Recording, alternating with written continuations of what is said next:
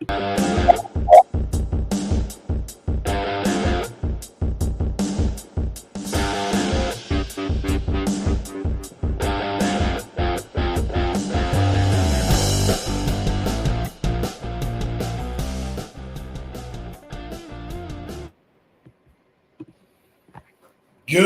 morning, hockey fans. This is Stephen Heisler with HeisHockey.com, the Victorious Hockey Company, and the Junior Hockey Discussion Group on Facebook.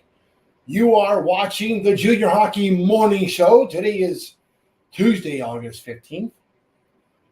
You can find us on the World Sports Broadcasting Network, WSBN.TV, Facebook, Twitter, YouTube. Hopefully this morning in your office, in your car, hopefully not in the bathroom. Maybe going to the bathroom and watching this show at the same time is your guilty pleasure. I don't want to hear any more about that. Tell me we got in trouble last night. People were yapping about yesterday's show and article. It's okay. That's going to happen. I think you guys broke the internet because the website kept crashing yesterday. I don't know what was going on. Well, we got epic returns, a lot of activity on the site. People were trying to subscribe and they couldn't do it because WordPress said we overdid it. Nice job, folks. Love when hockey fans overdo it. And that's exactly what I'm going to do again today because, it's Tuesday. We overdo things on Tuesday. Yesterday, the other guy wrote an article about the Quebec Major Junior Hockey League being the first league to ban fighting. And his thought process was that now that the Q is doing it, everybody's going to do it. Not so fast, wise guy. USA Hockey and Hockey Canada's conversations and discussions have again come around to fighting, and they want to change the rules. That has escalated again. Of course, the Q officially banned fighting last week. The league's new rules state anyone engaged in a fight will be ejected from the game. All right, nothing major there. Any player found to have instigated the fight will get an automatic one-game suspension. One guy instigates it, so be it. But here's the rule part I don't understand. The player declared to be the aggressor during the fight will receive a minimum 2-game suspension. So if you fight somebody that's better than you at fighting and they get the better hand of you, they're going to get 2 games. You're going to get 1. Hell, this is a great idea. This is a fantastic idea. The Q is so smart.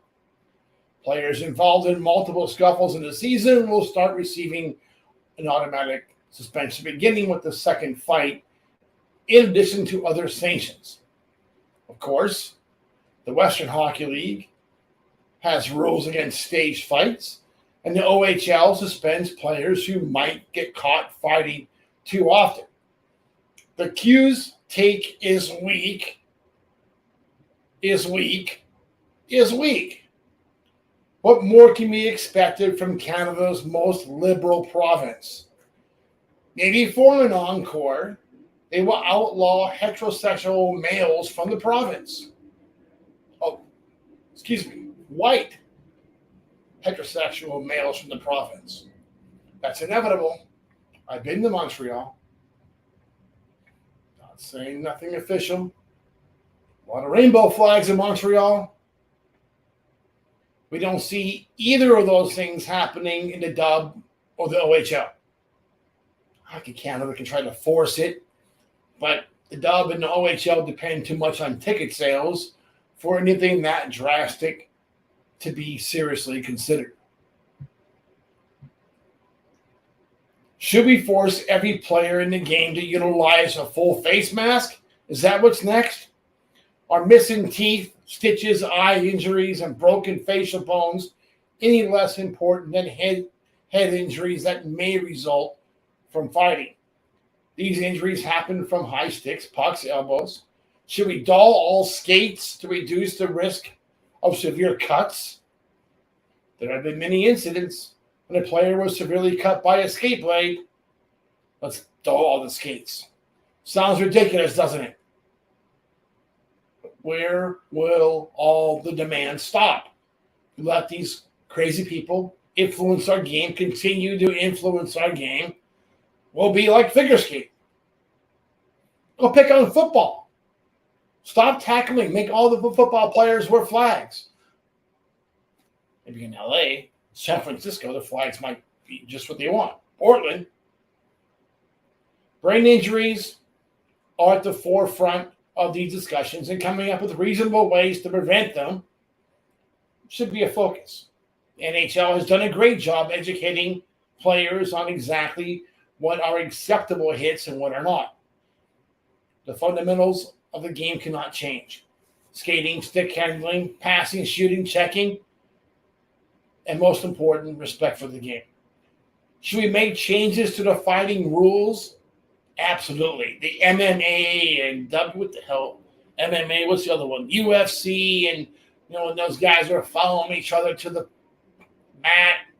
Looks like something out of the Shawshank Redemption rape scene. I don't like it at all. But kids see it. They emulate it. They get in a fight in the schoolyard or on the ice, and they're still punching when they're down on the ice. Stupid. Stop that. Don't be a donkey.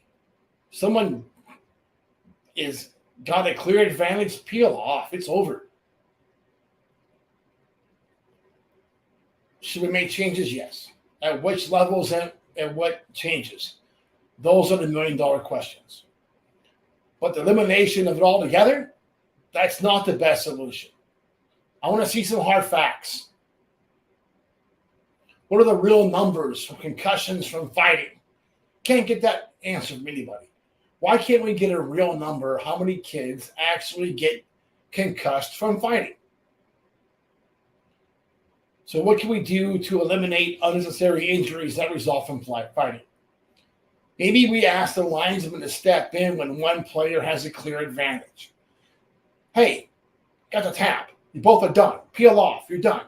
If it continues after the tap or after that's enough, this guy's won the fight, it's over, then you start tacking on additional penalties.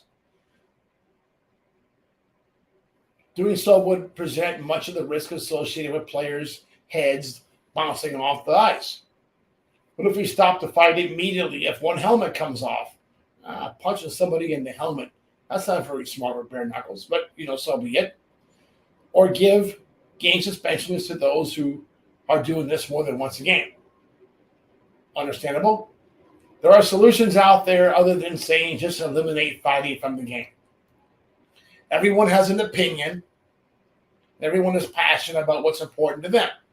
I get that.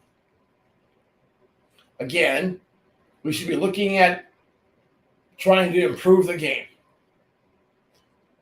Let's talk about auto racing for a second. Do we really go to watch races on TV or at NASCAR or at Daytona because we want to watch precision racing? The cars are pretty much all the same anyway. They go fast, 200 miles an hour. Is that how fast they're going? Well, they go fast, and once in a while they get close to each other, and they're just this far off the wall. Is that why fans go to watch that? Is it because of the highly skilled driving? Or is it the occasional cluster bomb of accidents? Probably more about number 2 than number 1, folks. Just saying. We know accidents happen in racing. We sit on our seats and wait, anticipate it. And the same thing happens at hockey games. It's called entertainment. When you're selling tickets, you're selling beer, we are entertainers. Yes, hockey is a sport and so is racing, but it's also a business. Owners can often be heard saying that I am not in the hockey business, I am in the entertainment business. The owners that catch on to that fact are the ones that are the most successful. Players at the professional level get paid to do what they're doing. And they get paid to entertain. That's what's going on. The occasional fight is part of that entertainment package. We are already experiencing a non-sanctioned problem on this continent. If either of the sanctioning bodies take up this issue and outright ban fighting from the game, more rogue leagues are going to pop up that operate outside the sanctioning of USA Hockey and Hockey Canada. That is the inevitable result of this craziness. There's a really good reason why the Federal Prospect League continues to this day. And it's not because the players are so highly skilled and entertaining. No. The beer's cold. The fights are good. It's entertainment. People love it. Love boxing. They love UFC. I got it right this time. And MMA. Was that it? Are they all together? And wrestling. Those things are entertaining. You take fighting out of the game. You put every player on the ice with a weapon. And they will be taken advantage of. When you don't let the players police themselves, all hell will break loose. Let's be reasonable and find a solution that makes sense. A fourth referee or official in the seats that's wired or has a direct line to the main guy on the ice or the box can stop the play, that guy would eliminate 90% of the BS behind the play. That's a good solution. I challenge one of your leagues to do that instead of just trying to do a knee-jerk reaction. That's a sensible solution that makes sense. Much better than trying to eliminate a core element of the game. Tommy, that's it. I'm done. Until tomorrow, we hope that you enjoy your morning coffee.